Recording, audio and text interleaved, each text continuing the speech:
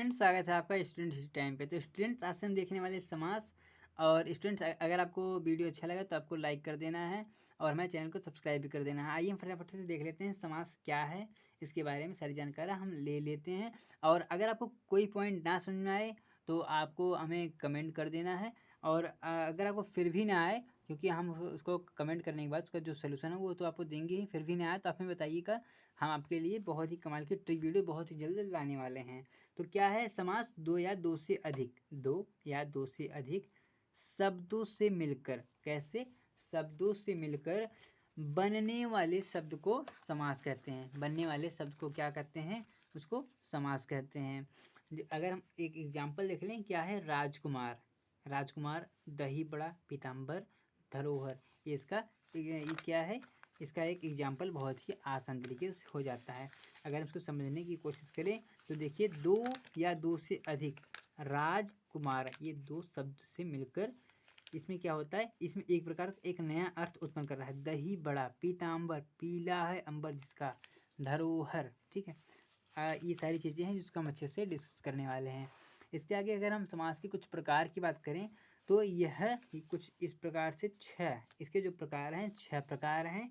पहला अव्ययी भाव, दूसरा तत्पुरुष समास, और तीसरा कर्मधारय है, फिर द्विग है, द्वंद्व है, बहुब्री है। अव्ययी भाव, तत्पुरुष, कर्मधारय, द्विग, द्वंद्व और बहुब्री। अगर आपको यहीं पे मैं छोटा सा ट्रिक में बता दूं, क्योंकि मैं ट्रिक वीडियो लाने वाला हूँ, लेकिन आपको यहीं देख लेना है थोड़ा सा। अगर मैं बहुब्री में बात करूं, बहुब्री के लिए, तो बहुब्री में क्या होता है कि इसमें अधिकांश देवी देवताओं और भगवान का नाम आता है। इसके अंतर्गत अधिकांश देवी देवताओं और भगवान का नाम आता है, तो उसको आपको अच्छे से याद रखना है। ठीक है, अगर मैं द्वंद्व की बात करूँ, मैं नीचे से आ रहा हूँ, इसकी शुरुआत कर रहा हूँ, तो द्वंद्व की बात कर रहा हूँ। द्वंद्व में अक्सर इसमें योजक चिन्ह लगा हुआ तो होता है, कुछ इस प्रकार से एक लाइन होता है, योजक चिन्ह लगा हुआ होता है। और जब इसका हम समास विग्रह करते हैं, इसमें और, या, तथा ऐसे कुछ शब्द निकल के आते हैं। द्विग की बात कर रहा हूँ, यह संख्यावाची होता है। द्विग, देखिए यहाँ आप देखिए, अगर मैं इसको छुपा दूँ, आपको क्या दिख रहा है? आपको दुई दिख रहा है, सिर्फ दुई दुई मतलब आप यहाँ टू से इसको रिलेट कर सकते हैं। ठीक है, दो, ठीक है, ये आप दो मान लेंगे तो आपको दो खुद ही एक संख्यावाची लेके आए, जिससे आपको द्विग और द्वंद्व में किसी प्रकार की कन्फ्यूजन रहेगी ही नहीं। फिर अगर मैं कर्मधारय की बात करूं, तो कर्मधारय में क्या होता है कि जो पहला वाला पद होगा, प्रथम पद दूसरे पद की क्या करेगा? वो विशिष्टता बताएगा। पहला पद दूसरे पद की विशिष्टता बताएगा, वो होता है कर्मधारय। फिर हम तत्पुरुष को देखेंगे, तत्पुरुष। और फिर अव्ययी भाव की, अगर हम तत्पुरुष की बात करें, तत्पुरुष में जिसका उत्तर पद होता है वो प्रधान होता है, और अव्ययी भाव में प्रथम पद प्रधान होता है। तो ये सारी चीज़ें क्या हैं जो मैंने आपको शॉर्ट में बता दी, इसको आप देखिए। इसके आगे आइए हम देख लेते हैं सबसे पहले अव्ययी भाव को। भाव क्या होता है? तो देखिए स्टूडेंट्स, हम अब देखने वाले हैं अव्ययी भाव को। तो ये क्या है? एक ऐसा समास जिसका प्रथम पद, ऐसा समास जिसका जो प्रथम पद है वह प्रधान हो। प्रथम पद जिसका प्रधान हो वो क्या होगा? वह अव्ययी भाव समास है। मतलब जो पूरा फोर्स हो शब्द का, ठीक है, पूरा गुण हो, वह पहले ही पद पे आए, पूरा जोर पहले ही पद पर, यानी पहला जो शब्द होगा वह उसी पे आए। अगर हम एक एग्जाम्पल की बात करें तो पहला एग्जाम्पल क्या है आपके सामने, आपकी स्क्रीन पे? यथामति। यथामति, ये आपका पहला एग्जाम्पल हो जाता है, जिसका अगर हम मतलब जानने की कोशिश करें तो मतलब क्या होता है? मति के अनुसार, मति के अनुसार अर्थात बुद्धि के अनुसार। देखिए, यथामति, यथामति, यथा मतलब अनुसार, इसी के अनुसार। अगर दूसरा देखें आजन्म है, तो देखिए आजन्म, अगर ये जन्म होता, मान लीजिए अगर ये शब्द जो है ये सिर्फ जन्म होता तो उसका कोई अर्थ नहीं होता। अगर हम सिर्फ अगर आजन्म लिख दें तो जन्म तक अर्थात आपकी मृत्यु के पहले तक का समय, वह आजन्म हो जाता है। अगला क्या है कि ज्ञानार्थ। ज्ञानार्थ ये अगला है, ज्ञान के लिए, ज्ञान के लिए। निरोग, निरोग मतलब रोग से रहित। अगर रोग शब्द होता तो उसका कुछ खास अर्थ नहीं होता, लेकिन इसके आगे नी लगा दे हैं, मतलब ये क्या हुआ? यहाँ पर विभेय समास है। जो इसका प्रथम पद है, जो देखिए ये वाला इसका जो भाग है, ये क्या है? इसका प्रधान है, मतलब पूरा जो जोर है ये इसी शब्द पे आ रहा है, निरोग, तो रोग से रहित। ठीक है, इसका प्रथम पद प्रधान हो। आमरण, अगला एग्जाम्पल बहुत ही गजब का है, क्या है? आमरण। आमरण मतलब मरण तक, जब तक आपकी मृत्यु न आ जाए। अगर हम मरण रखते सब तो कोई इसका अर्थ नहीं, लेकिन आमरण हमने रखा तो इसका जो आमरण यानी पूरा जो जोर है शब्द के पहले वाले भाग पर, कहाँ पहले वाले भाग पे आ रहा है, तो ये क्या हुआ, अव्ययी भाव समास आपका हो गया। तो ये बहुत ज़्यादा ईजी है, आपको समझ में आ गया होगा। इसके बाद हम क्या देखते हैं, तत्पुरुष समास। तत्पुरुष समास क्या होता है, ऐसा समास जिसका द्वितीय पद, ऐसा समास जिसका द्वितीय पद या उत्तर पद प्रधान होता है। उत्तर पद मतलब हमने इसके पहले क्या देखा, उसमें प्रथम पद प्रधान था। अब क्या होगा, द्वितीय पद आपका प्रधान होगा या उत्तर पद प्रधान होगा। मतलब इसमें पहले का भी पद प्रधान हो सकता है। अगर इसकी एग्जाम्पल की बात करें तो इसका एग्जाम्पल क्या है, शरणागति। शरणागति मतलब शरण में आए हुआ, यहाँ पर शरणागति, इसमें पहला पद प्रधान हुआ, ठीक है, यानी उत्तर पद इसका प्रधान है। इसके बाद अगर हम देखें देशभक्ति, किसकी भक्ति, देशभक्ति, किसकी भक्ति, देशभक्ति, तो इसमें तत्पुरुष है। गुण रहित, किससे रहित, गुण से रहित है, ठीक, गुण से रहित। कविराज, कौन सा राज, कवियों का राज। सिरदर्द, कौन सा दर्द, सिर दर्द। तो आप कुछ इस प्रकार से कौन लगाकर शब्द में उसका अर्थ निकाल सकते हैं और पता लगा सकते हैं कि इसमें कौन सा तत्पुरुष है। तो स्टूडेंट्स अगर आपको समझ में आ रहा हो तो आप जल्दी से हमारे वीडियो को लाइक कर दीजिए और मेरे चैनल को सब्सक्राइब कर दीजिए, क्योंकि हम इसका एक शॉर्ट या जो इसका ट्रिक वीडियो है वो हम लाने वाले हैं बहुत ही जल्दी। आप लोग टेंशन ना लीजिए, अगर आपको नहीं आ रहा है तो आप लोग हमें इसके बारे में कमेंट जरूर कीजिएगा, हम समझाने की कोशिश करेंगे। और जल्द ही इसका एक ट्रिक वीडियो भी आने वाला है जल्द ही। इसके आगे अगर हम देखें हमारा क्या समास था, हमने इन दो चीज़ों को अच्छे से समझ लिया। अब हम कर्मधारय को देखने वाले हैं। अगर हम कर्मधारय की बात करें तो आइए हम देखते हैं कि कर्मधारय क्या होता है। तो कर्मधारय क्या है, जिस तत्पुरुष में एक पद उपमेय तथा दूसरा पद उपमान हो। मुझे आशा है आपने हमारी पुरानी वीडियो को देखा होगा, उसमें हमने उपमेय उपमान दोनों चीज़ों को अच्छे से डिस्कस किया हुआ था। तो क्या है, जिस तत्पुरुष में एक पद उपमेय या उपमान हो वह कर्मधारय समास है। फिर भी आपको अगर नहीं समझ में आया तो हम लाए हैं एक दूसरा बहुत ही कमाल का, जिससे आपको ये समझ में आ जाए। क्या, जिस समास में प्रथम पद दूसरे पद की विशेषता बता रहा हो, यानी जो पहला पद होगा, पहला वाला जो शब्द होगा आगे वाला, वह दूसरे वाले पद, दूसरे वाले जो शब्द होगा उसकी वो क्वालिटीज बता रहा होगा, उसकी वो विशेषता बता रहा होगा, वहाँ पर कर्मधारय समास होता है। अगर हम इसके एग्जाम्पल की बात करें तो हम जल्दी से देख लेते हैं इसका एग्जाम्पल। तो क्या होने वाला है इसका एग्जाम्पल,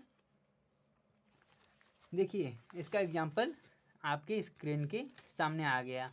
क्या है इसका एग्जाम्पल कि पहला प्रधानाध्यापक, प्रधाना यानी प्रधान है जो अध्यापक, प्रधान है जो अध्यापक। देखिए जो पहला शब्द है वो दूसरे की क्वालिटी ये बता रहा है। प्रधान है जो अध्यापक, यानी ऐसा अध्यापक जो सर्वश्रेष्ठ है, जो प्रधान है, ठीक है, सर्वश्रेष्ठ है। सदगुरु, सच्चे गुरु, सच्चे हैं जो गुरु। कैसे गुरु, जो सच्चे हैं। कैसे गुरु, जो सच्चे, मतलब पहला वाला जो है ये दूसरे की विशेषता बताएगा। महादेव, महादेव, महान है जो देव। इसको देखिए, इसको मैंने पॉइंट भी किया है क्योंकि इसमें यहाँ पर एक मतलब यहाँ पर एक और आती है वो समास जिसको हम आगे देखने वाले, मतलब इसमें बहुब्री भी आता है। लेकिन देखिए, महान है देव, ऐसा देव जो कि महान हो, ऐसा देव जो कि महान हो। लेकिन इसमें कहीं कहीं कन्फ्यूजन में बहुब्री भी आ जाता है। तो ये देखिए इसके आगे हम क्या देखेंगे, अगला एग्जाम्पल चंद्रमुख, ऐसा मुख जो चंद्रमा के समान हो, चंद्रमा के समान मुख हमने यहाँ लिखा भी है। तो पहला पद दूसरे की क्वालिटी बताएगा। इसी तरह ये सब है चरण कमल, ऐसा मतलब चरण के समान, सॉरी कमल के समान चरण, यहाँ पर थोड़ी सी मिस्टेक हो गई है, इसके लिए मैं माफ़ी चाहूँगा। कमल के समान चरण। फिर क्या है, प्राण प्रिय, प्राण प्रिय, किससे प्रिय, प्राण से प्रिय, प्राण से प्रिय जो होगा। तो इसके आगे हम देखेंगे द्विगु समास। द्विगु समास क्या होता है, जिस समास में जो आपका पहला पद है, ये प्रथम पद है, वो संख्यावाची तथा किसी समाहार का ज्ञान, मतलब किसी समूह का, किसी वह समूह का ज्ञात कराए, किसी वह समूह का ज्ञात कराए। जिस समास में इसका पहला पद संख्यावाची हो, मतलब उसमें नंबर हो, नंबर काउंटेबल।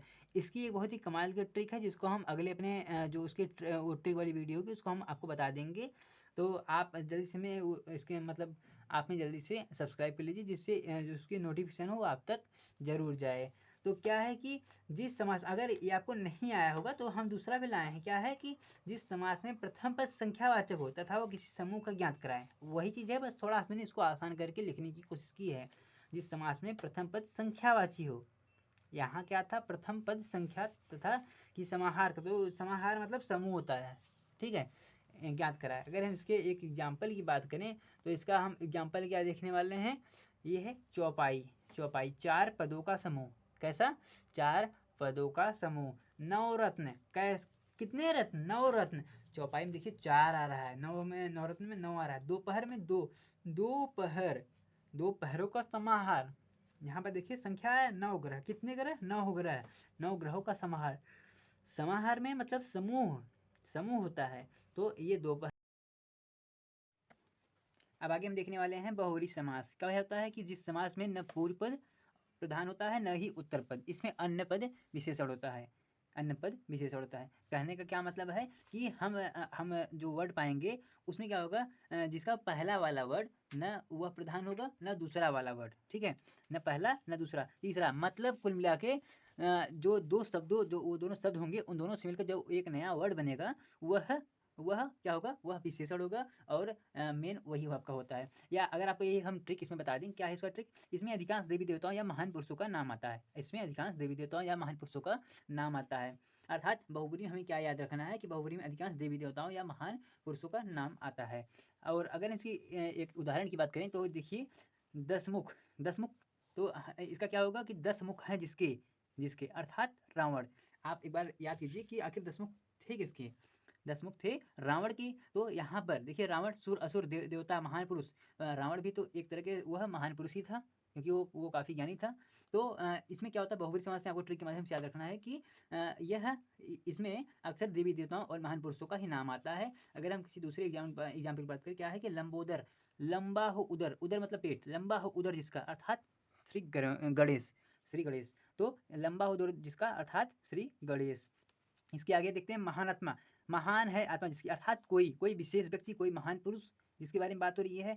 अगर हम किसी और एग्जाम्पल की बात करें, क्या है, नीलकंठ, नीला है कंठ जिसका, अर्थात भगवान शिव, नीला है कंठ जिसका। तो इन सारी बातों का आपको ध्यान रखना होगा कि आखिर आखिर उन वर्ड से मिलकर क्या हम निष्कर्ष निकाल रहे हैं। जैसे ये देखिए, अगर इसके हम पूर्व पद की बात करें, पूर्व पद इसका नील है और उत्तर पद इसका क्या है, कंठ है। देखिए नीलकंठ, इन दोनों से मिलकर नीलकंठ से क्या, तो हमें माइंड में आता है नीलकंठ आखिर कौन था, भगवान शिव के थे, तो भगवान शिव थे नीलकंठ। तो मतलब जो इन दोनों से जो निष्कर्ष एक नया निकलता है वह क्या है, वही इसका विशेषण होगा, मेन वही होता है। इसके बाद हम अंतिम क्या देखने वाले हैं, द्वंद्व समास। अंतिम हम द्वंद्व समास देखने वाले हैं। क्या होता है इसको देख लेते हैं कि जिस समास में दोनों पद, जिस समास में दोनों पद समान हो, कैसे हो, दोनों पद क्या हो, वह समान हो तथा इनका समास होने पर और लोप हो जाता है, और लोप हो जाता है।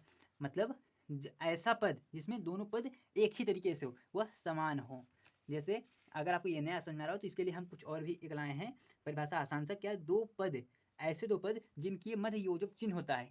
यहाँ पर ये आपके लिए ट्रिक का भी काम करेगा। क्या है कि ऐसा पद जो मतलब जिसके मध्य योजक चिन्ह लगा हो तथा विग्रह करने पर और या एवं आए। मतलब जब आप उसका विग्रह करेंगे, जब आप उसका विग्रह करेंगे मतलब उसको अलग अलग करेंगे, तो आपको उसमें और या एवं ये तीन शब्द आपको दिखाई देंगे। तो आपको याद क्या रखना है कि जहाँ भी कहीं भी आपको और या एवं तीन दिखाई दे वहाँ पर द्वंद्व समास होता है। अगर आपको इसमें कन्फ्यूजन हो रहा है कि द्विग और द्वंद्व को कैसे देखें, तो आपको याद रखना है, हमें आपको बताया है कि द्विग के लिए उसमें देखिए द्वि आ रहा है, द्वि, द्वि मतलब हम क्या यहाँ लगा सकते हैं अनुमान कि द्वि मतलब संख्या, दो, दो संख्या। तो द्वि से द्वंद्व अगर इसको हम करें, इसको कंपेयर करें, तो द्वि में हमेशा क्या आता है, वो संख्यावाची होता है, और द्वंद्व में अक्सर और आता है या और एवं आता है ये, और इसमें योजक चिन्ह लगा होता है। अगर हम एक एग्जाम्पल की बात करें तो आसान सा हम एग्जाम्पल देखने वाले हैं तीन, जो कि और या एवं तीनों पे डिपेंडेंट होंगे। पहला क्या है कि यह नदी और नाले, नदी नाले, बीच में देखिए योजक चिन्ह लगा हुआ है, योजक चिन्ह है। अगर हम इस योजक चिन्ह को हटा देते हैं तो हमें क्या मिलता है, नदी और नाले, नदी और नाले,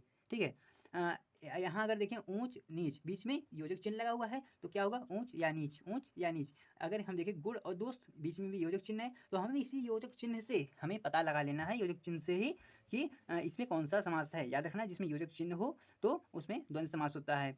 इसका अगर हम करें तो गुड़ तथा दोष, गुड़ तथा दोष, इसको हम, ये आ गया। तो स्टूडेंट्स आज की वीडियो के लिए इतना ही, तब तक हम मिलते हैं आपको फिर से नई वीडियो में। अगर आपको कुछ भी कन्फ्यूजन हो तो आप आपका जो प्रॉब्लम है आप हमारे कमेंट बॉक्स में उस सारी चीज़ों को बता सकते हैं, उसका आपको सोल्यूशन जरूर देंगे। तो तब तक आप हंस रहिए, मुस्कुराते रहिए। मिलेंगे आपको फिर से नई वीडियो में किसी नए टॉपिक के साथ। जय हिंद।